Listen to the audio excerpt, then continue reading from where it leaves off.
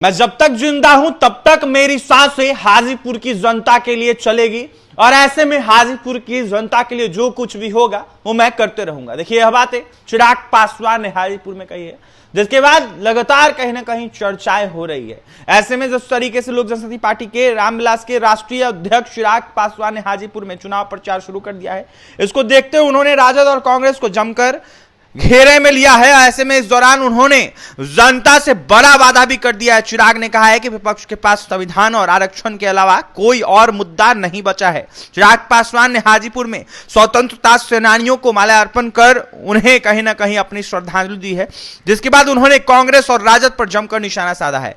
ऐसे में देखा जाए तो जिस तरीके से हाजीपुर लोकसभा सीट से चुनाव लड़ रहे चिराग पासवान इसको देखते हुए काफी एक्टिव मोड में दिख रहे हैं।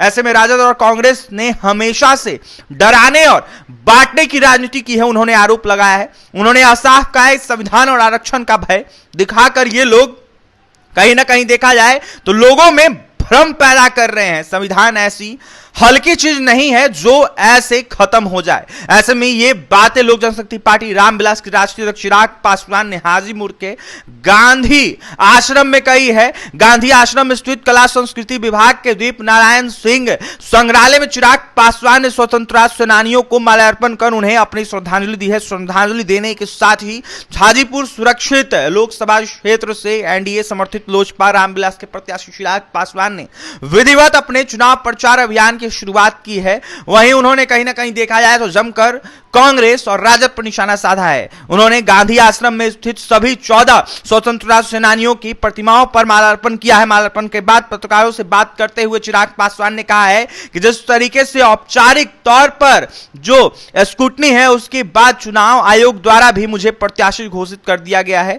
ऐसे में देश और बिहार के निर्माण में अपनी अहम भूमिका निभाने वाले स्वतंत्रता सेनानियों को श्रद्धांजलि देने के साथ ही क्षेत्र में चुनाव प्रचार अभियान की शुरुआत की है। चिराग ने कहा है कि 4 जून को जनता का आशीर्वाद लेने के साथ ही पिता के अधूरे कार्यों को पूरा करने का कार्य शुरू होगा।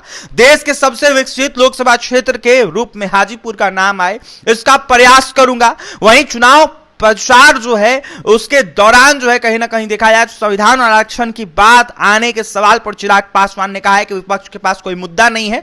राजद कांग्रेस के लोगों ने हमेशा डराने की राजनीति की है। ऐसे में 2015 का चुनाव आरक्षण खत्म करने का डर दिखाया। चिराग पासवान ने आरोप लगाया है ये वही लोग हैं जो लाठी में तेल पिलाकर गुंडई करते थे। 2015 का चुनाव आरक्षण खत्म करने का डर दिखाया था।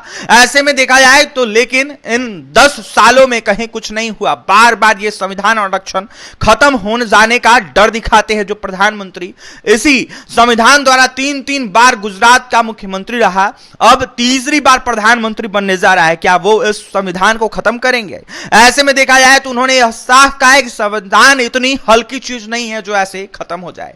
ऐसे में आरक्षण पर कहीं ना कहीं बोलते हुए चिराग पासवान अपने पिता स्वर्गीय रामविलास पासवान के जो संघर्षों है उसकी कहीं ना कहीं कसम खाते हुए कहा कि जब तक चिराग जिंदा है तब तक आरक्षण कोई खत्म नहीं कर सकता है। मौके पर हाजीपुर लोकसभा प्रभारी अरविंद सिंह, जिला प्रभारी अशरफ अंसारी, साथ ही तमाम जो लोजपा रामविलास के नेता हैं वो कहीं ना कहीं मौजूद थे। ऐसे में देखा जाए तो कई लोगों ने देखा जाए तो सभा को संबोधित किया और जिसके बाद चिराग पासवान ने साफ कहा कि जब तक चिराग जिंदा है तब तक संविधान कोई नहीं खत्म कर सकता है। ऐसे में नरेंद्र मोदी 3 बार मुख्यमंत्री रहे गुजरात के, तीसरी बार प्रधानमंत्री बनने जा रहे हैं और ऐसे में वो शख्स कैसे देखा जाए तो संविधान को खत्म करेगा? उन्होंने सीधा सीधा राजद और कांग्रेस को आड़े हाथों लिया है। तो वहीं कई सारी बातें कहते हुए जमकर निशाना साधा है। ऐसे में हाजीपुर टॉप नंबर पर लाने की बात कर रहे, कह रहे हैं कि सबसे आगे विकसित हाजीपुर कैसे बने इसको देखते मैं खत्म खाता हूं, मैं काम करूंगा तो वहीं हाजीपुर को सबसे आगे देश में लेके जाऊंगा। और भी तमाम खबरों के लिए